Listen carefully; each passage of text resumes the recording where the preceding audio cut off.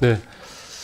저는 지난해 11월에 선거운동 자유를 보장하고 누구나 자유롭게 정치적 의사를 표현할 수 있는 그 선거 문화를 만들기 위해 공직선거법 개정 토론회를 국민의힘 의원님과 함께 공동 주최를 했습니다. 그 당시 토론회에는 우리 당뿐만 아니라 국민의힘 의원님들도 참석했고요. 공선법 개정 취지에 공감을 했습니다. 특히 당시에 국민의힘 행안위 간사님께서 축사를 했는데 주요 민주주의 국가들이 최소한의 규제만을 유지하고 강제적인 외부 규제보다는 자율적인 내부 규제에 초점을 맞춰야 한다는 그 언급을 했습니다. 선거운동의 자유를 강조한 것입니다. 현행 공직선거법에 대해서는 추상적이고 포괄적인 규제, 원칙적으로 규제하고 예외적으로 허용하는 그러한 걸로 해서 많은 논란이 있었고 학계에서도 지속적인 개정 논의가 있었습니다. 유권자와 후보자의 자유로운 정치 표현을 억제하고 있다는 비판이 많았습니다.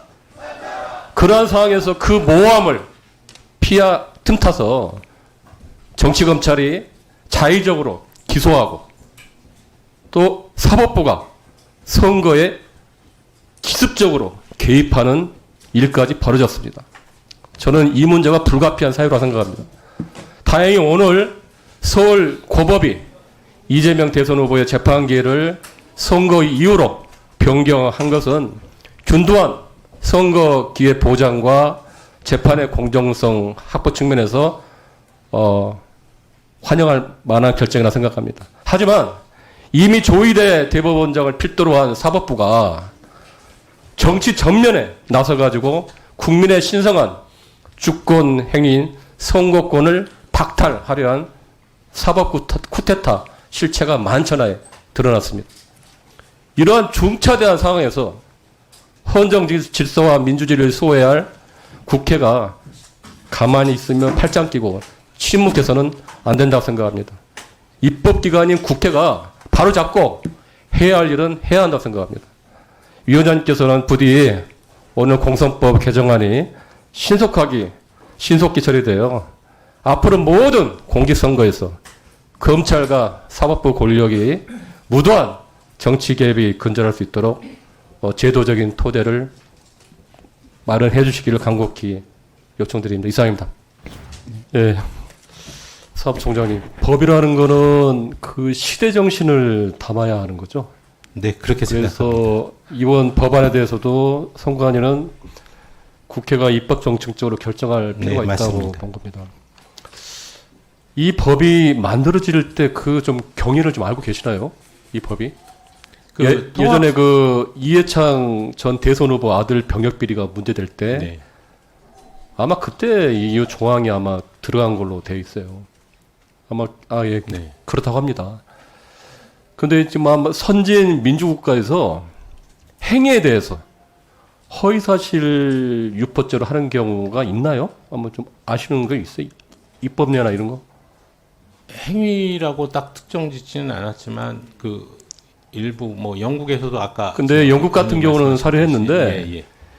여기에서도 이제 유사한 품행이라고 해가지고 네. 허위사실 공포죄가 있긴 있습니다. 근데 상당히 사문화됐어요. 왜냐하면 표현의 자유 침해가 너무 논란이 돼가지고 거기는 또 이제 관습법이잖아요. 예, 그 불문법이잖아요. 그런 도 있는데 100년 동안 딱 한 건 유죄 판결이 났습니다. 과거에.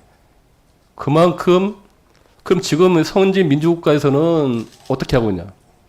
허위사실에서는 형사적인 처벌이 아니라 비형사적인 방안으로 가고 있습니다.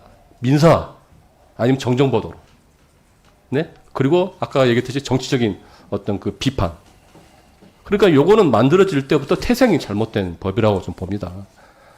지금 전 세계에서 이런 법이 있는 나라가 거의 없고요. 한국에서 지금 그게 잔존하다 보니까 검찰과 법원의 사법의 정치화 또 표적수사 기소에 악용이 되고 있다. 왜? 행위라는 게 아까 얘기했듯이 사실 같은 경우는 명확하잖아요. 네. 판단이 가능하지만 행위라는 게서는 사실과 해석, 주관이 섞여 있습니다. 그래서 1심, 2심 이런 논란이 있었던 겁니다. 근데 이게 너무나 해악이 커요. 왜?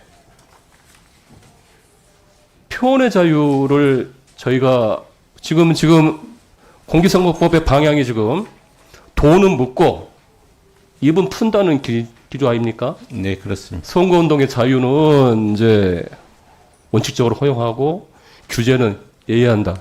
그런 건데 그 시대적인 방향하고 정반대라는 겁니다. 요게. 그래서 그전에도 학계에서도 또 헌재판된 그 내용에서도 이런 논란이 계속 나왔던 거예요. 이게 이미 이 법은 삭제를 했어야 됩니다. 근데 저희가 뭐 정치권이나 국회 차원에서 그런 부분이 빠르게 안 됐고요. 그런데 왜 지금이냐. 너무나 큰 대선에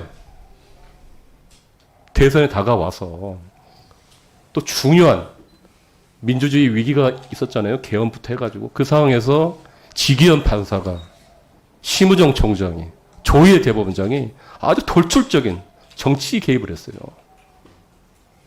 그래서 국민적인 여론이 요건 안 되겠다. 허위사실 유포죄 지금이라도 개정을 해야 된다. 라는 게 공론화가 됐다고 좀 봅니다. 저는 입법적 실패라고 봅니다. 이거는.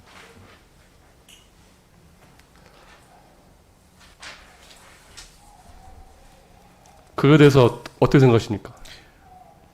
누차 말씀드리지만 지금 행위 개념을 전부 삭제했을 때 벌어지는 부분은 결국 후보자의 거짓말을 어디까지 허용할 것이냐의 문제가 발생할 겁니다. 그래서 그 부분 지금 이 종전의 행위 개념에 대해서 법원이 설치한 판단 기준에 따라서 규정하던 것을 완전히 풀게 됐을 때 과연 유권자의 그 선택이 즉 선거의 공정성에 아무런 영향이 없을 것인지에 대해서 이제 선관위는 그 부분을 우려하는 것이고요. 의원님들께서 이 부분은 그렇게 큰 영향이 없다고 생각되신다면 입법적으로 결정하실 문제라고 생각합니다. 이런 문제가 사회적으로 정치적으로 논란이 없었거나 국민들한테 수용 가능한 측면이라면 이 법안 폐지 논란이 없었겠죠. 근데 십수년 동안 계속 그런 게 논란이 됐고 정치적으로 악용이 됐단 말입니다. 그런데 지금 국면에서 그게 사회적 정치적으로 나라 국난 수준으로 피해를 줬단 말입니다. 그러면 지금이라도 당장 폐지해야 되는 거 아닙니까?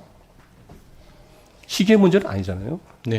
네? 그러니까 그래서 저는 아까 돈은 묻고 입은 푼다라는 이 선거법, 특히 이 표현의 자유를 말하는 허위사실 유포죄 이 부분에 대해서는 이제는 전혀 좀 해야 되고 요번에 이렇게 넣은 거는 만시지탄이라고 늦었지만 지금 빨리 해서 이런 혼선, 특히 사법의 정치야, 검찰공화국 그리고 오명 그 중에 가장 이유가 허위사실 유포죄에서 네. 이런 관련해서는 더 이상 있어서는 안 된다라고 생각합니다.